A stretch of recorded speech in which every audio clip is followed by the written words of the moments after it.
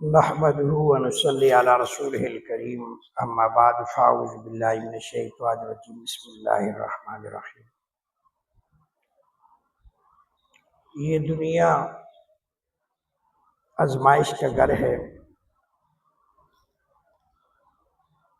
اسی میں رہتے ہوئے ہم نے آخرت بنانی ہے، آخرت کی تیاری کرنی ہے اور اللہ تعالیٰ کو راضی کرنے والے اعمال کو بخوبی ادا کرنے ہیں۔ اور اگر یہ دنیا ہمارے ہاتھ سے نکل گئی اور اس دنیا سے ہم رخصت ہو گئے، اگلے جہاں میں چلے گئے، تو پھر سوائے رونے دھونے کے، سوائے پشمان ہونے کے، سوائے شرمندہ ہونے کے اور ہمارے پاس کوئی چیز نہیں بچے گی۔ اس لیے اس دنیا کو قیمتی بنانا ہے۔ یہ دنیا کی زندگی ہمارے لیے قیمتی ہیرا ہے اور اس کو ہیرے کو قیمتی بنانا ہے۔ ہر وہ عمل کرنا ہے جس پر اللہ اور اللہ کے محبوب راضی ہوتے ہیں، اور ہر اس عمل سے بچنا ہے جس عمل سے اللہ اور اللہ کے محبوب ناراض ہوتے ہیں۔ آپ اندازہ لگاؤ کہ ایک اللہ کا نیک بندہ، اس کے دل کے اندر خواہش پیدا ہوئی کہ آج نیکی کما لوں، آج دعوت دے دوں، اور آج اس نیت سے بازار میں جاتا ہوں کہ بازار والوں کی اپنے خالق سے سلو کرا دیتا ہوں۔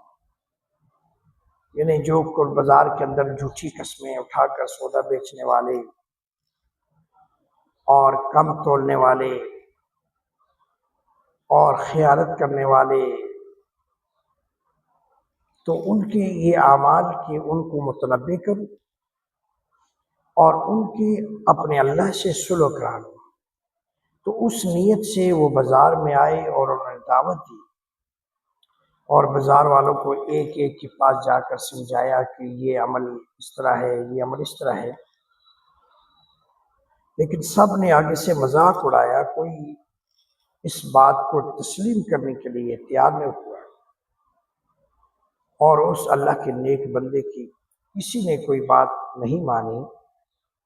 تو وہ مایوس ہو کر بازار کے درمیان میں رونا شروع کر دیتا ہے۔ تو ایک نے آ کر کندھے پہ ہاتھ مارا، اس نے کہا بابا جی کیوں رو رہے ہو؟ تو اس نے کہا کہ میں اس لیے رو رہا ہوں کہ میں بازار آیا تھا، تو میں نے کہا بازار والوں کی اپنے اللہ سے صلح کراؤ، لیکن اللہ تعالیٰ صلح کرنا چاہتا ہے، وہ تیار ہے، لیکن بندے صلح نہیں کرنا چاہتے۔ بندے اپنے صلح اللہ سے راضی نہیں ہونا چاہتے، اللہ راضی ہونا چاہتے۔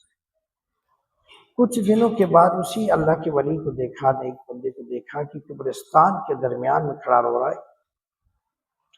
ایک آدمی نے کندھے پہ آ کے ہاتھ مارا کہ آپ پہلے بازار میں رو رہے تھے اور آج آپ قبرستان رو رہے ہیں، قبرستان کے درمیان میں کھڑے رو رہے ہیں۔ تو اس نے فرمایا کہ میرا وہاں رونا بھی حق تھا اور یہاں رونا بھی حق ہے۔ وہاں رو رہا تھا کہ ان بندوں کی، بازار والوں کی، دکانداروں کی، مارکیٹ والوں کی اللہ سے صلح کرانا چاہتا تھا، لیکن اللہ صلح کر رہا تھا اور بندے صلح نہیں کر رہے تھے۔ تو میں نے آج یہ سوچا کہ آج مردوں کی اللہ سے صلح کرا دیتا ہوں، جو قبرستان کی زینت بنے ہوئے ہیں، جو خاموشاں بستی کے اندر پڑے ہوئے ہیں، ان کی صلح کرا دیتا ہوں۔ تو قبرستان اس نیت سے آ گیا۔ تو میں نے یہاں آیا تو یہاں کچھ معاملہ الٹ نظر آیا کہ اب بندے ماننا چاہتے ہیں، اللہ نہیں مان رہا، یعنی اب اللہ تعالیٰ ان سے صلح نہیں کرنا چاہتا، بندے رو رو کر صلح کرنے کی فریادیں کر رہے ہیں کہ اللہ ہم صلح کرنا چاہتے ہیں اور ہم غلطی کرتے تھے، ہم معافی مانگنا چاہتے ہیں اور ہم آپ سے راضی ہونا چاہتے ہیں، آپ راضی ہو جائیے، لیکن اللہ راضی نہیں ہو رہا۔ اب بازار کے اندر اللہ راضی ہو رہا تھا تو بندے راضی نہیں ہو رہے تھے، اور یہاں پر بندے راضی ہو رہے ہیں تو اللہ راضی نہیں ہو رہا۔ تو اس لیے میرے بزرگوں، میرے بھائیوں، یاد رکھنا، اس دنیا کے اندر جب تک سانس میں سانس ہے، اللہ خود کہہ رہا ہے کہ جتنے ہی گناہ گار کیوں نہ ہو، آ جاؤ میرے پاس میری رحمت میں سب کو لے لوں گا اور سب سے راضی ہو جاؤں گا اور سب کو معاف کر دوں گا۔ لیکن اس خاموشہ بستی میں جانے کے بعد، اس قبر کے پاتال میں اترنے کے بعد تم چلاؤ یا رو برابر ہے، میں پھر تم سے سلو نہیں کروں گا۔ اگر تم مجھے دنیا میں راضی کر کے نہیں جاؤ گے تو میں قبر میں جا کر تم سے راضی نہیں ہوں گا۔